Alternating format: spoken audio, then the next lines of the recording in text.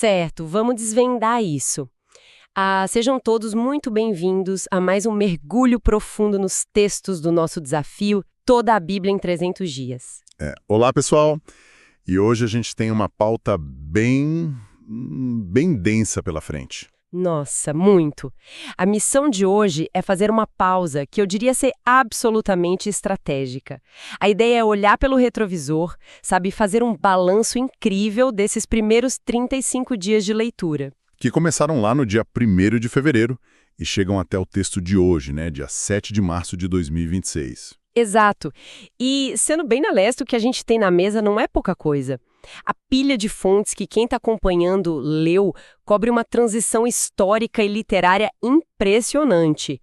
É literalmente a saída da narrativa da vida de Jesus para a entrada na construção de uma fé que passou a transformar a sociedade de formas muito inesperadas. O fascinante aqui é como essa enorme quantidade de textos lidos até agora, e a gente está falando de 4 evangelhos inteiros, do livro de Atos e do comecinho das cartas às primeiras comunidades, conta, na verdade, uma única imensa história. Não são livros soltos. Exato. Se a gente der um passo para trás, a gente vê o momento exato em que uma mensagem deixa de ser teoria ou uma promessa distante e aterrissa com tudo na prática, no meio do caos daquele primeiro século. E fevereiro foi um mês de extrema intensidade nessa leitura, né?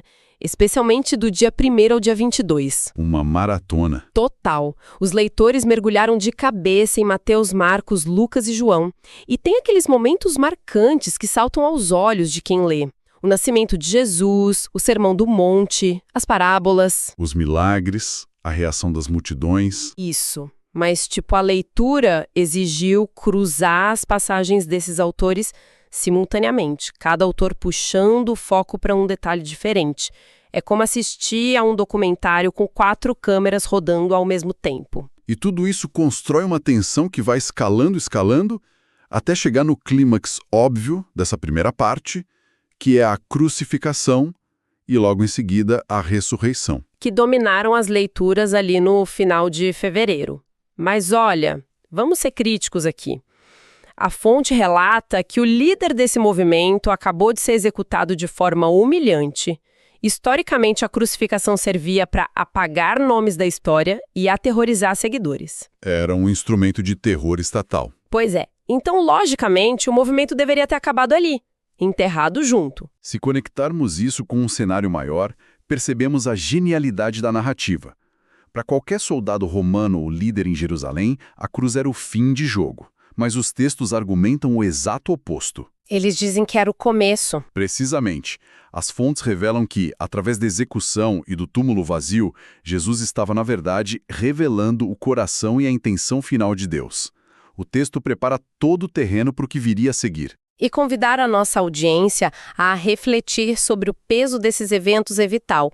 Sem conhecer essa base estabelecida em fevereiro, fica absolutamente impossível entender as regras e os conflitos que surgem nas leituras de março. É como tentar entender uma revolução sem ler o manifesto original. E é essa base que sustenta a mudança de cenário que ocorre ali no dia 23 de fevereiro, quando a leitura entra no livro de Atos. Aqui é onde a coisa fica realmente interessante. A mudança de ritmo é gritante. A câmera sai de uma única figura central e revela um grupo inteiro de pessoas. E um detalhe que choca muito na fonte é quem eram essas pessoas. Pessoas incrivelmente comuns. Muito comuns. Pescadores, cobradores de impostos, gente que dias antes estava trancada numa sala, morrendo de medo do Império Romano. E, de repente, eles estão em praça pública com uma coragem absurda, espalhando a mensagem rápido demais por várias cidades. E essa explosão traz para o palco principal aquele que talvez seja o personagem mais surpreendente de todos, a figura de Paulo. A análise do capítulo 9 de Atos não introduz um herói. O texto descreve um homem respirando ameaças, perseguindo cristãos de forma feroz. Ele era a oposição intelectual e armada. E aí tem a viagem para Damasco, a luz cegante, ele fica cego por 3 dias, as escamas caindo dos olhos. Uma metáfora física da mudança de mente dele. A ironia histórica é belíssima. Um homem que dedicava a vida a destruir a mensagem sofre uma ruptura tão grande que passa a dedicar sua vida inteira a anunciar essa mesma mensagem de Jesus. O que mostra para quem está lendo hoje que grandes movimentos dependem muitas vezes das pessoas mais improváveis. A transformação é possível para qualquer um, não importa o quão entrincheirada a pessoa esteja nas próprias convicções. E é essa transformação do Paulo que nos joga direto para a realidade nua e crua da igreja, quando entramos nas leituras de março com as cartas.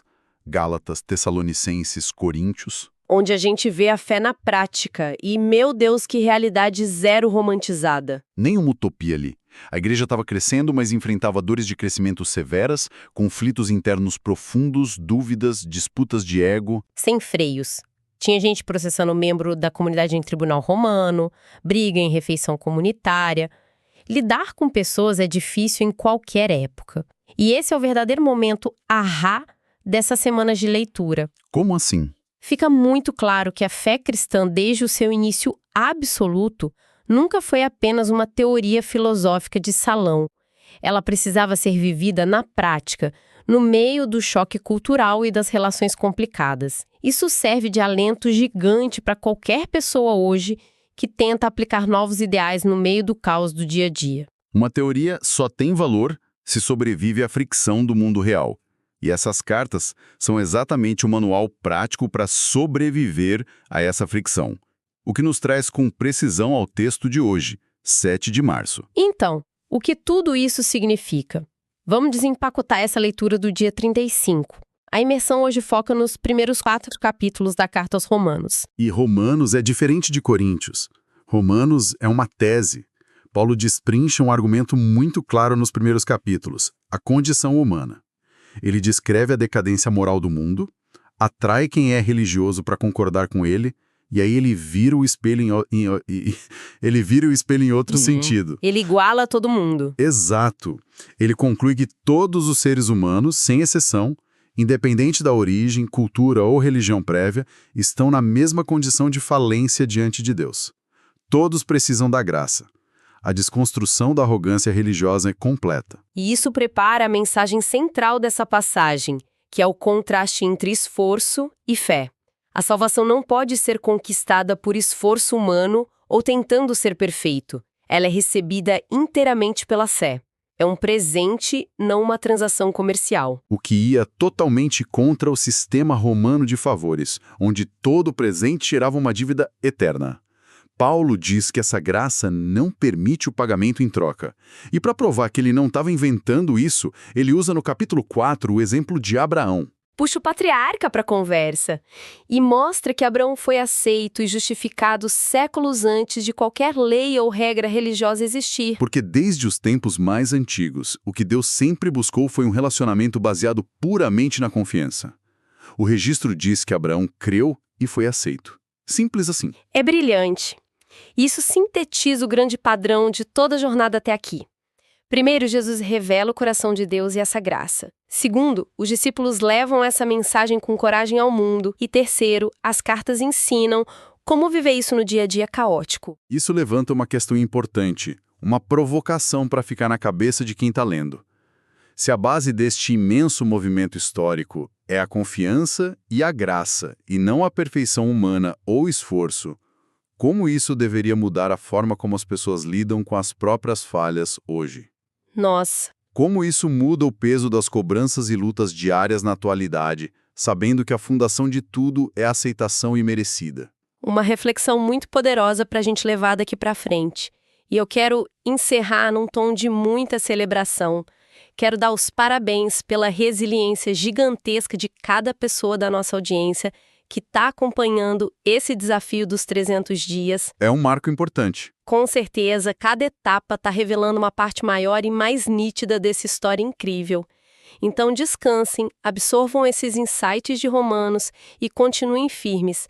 Amanhã é dia de abrir os textos de novo e começar as leituras da semana 6.